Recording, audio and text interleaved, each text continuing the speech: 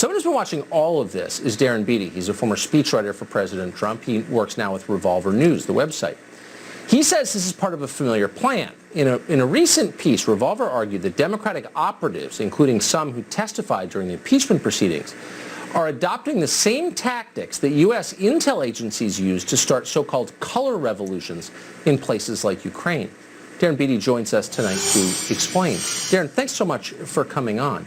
So, for our viewers who are not familiar with the color revolutions in Eastern Europe, state as clearly as you can what you think is going on right now in this election. What's the end game for Democrats? Yes, thank you for having me. Many have described the actions taken against Trump as a coup. And this is certainly correct, but it's a little bit general and vague. What's unfolding before our eyes is a very specific type of coup called the color revolution. It's a regime change model favored by many in our national security apparatus, particularly against Eastern European countries, to overthrow, target regimes that they don't like. One model, which is not the color revolution model, is purely sending a bunch of troops into a country and removing by military force a leader you don't like. That's like the Iraq model. Right. The color revolution model is a little bit more delicate and subtle.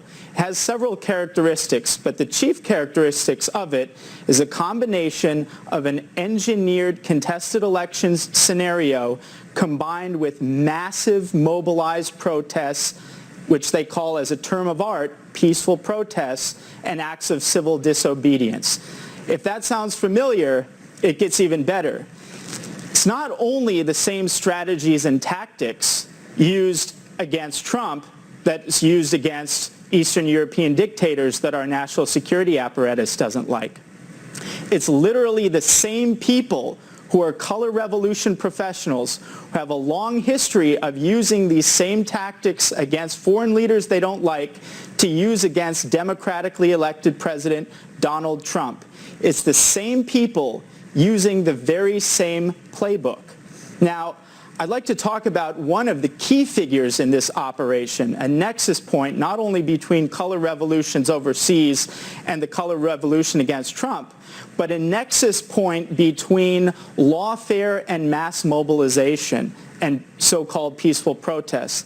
This is a man by the name of Norm Eisen.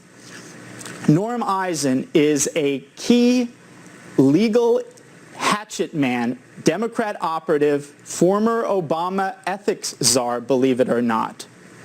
And he is also a key architect of nearly every effort to censor, sue, impeach, and overthrow the president. He is the author of, in fact, a color revolution playbook, literally called the playbook. And one of the items he calls for in his playbook to overthrow regimes overseas he doesn't like is engineering election fraud scenarios, using election fraud to engineer mass protests to question the legitimacy of the target leader. Norm Eisen has a long and checkered history going all the way back to his days at Crew, which is a lawfare arm. He's been behind over 180 lawsuits against Trump. He authored 10 articles of impeachment before the president's phone call was even made. He was special counsel to the Democrats for the impeachment process. He was literally involved in every aspect of this color revolution against Trump.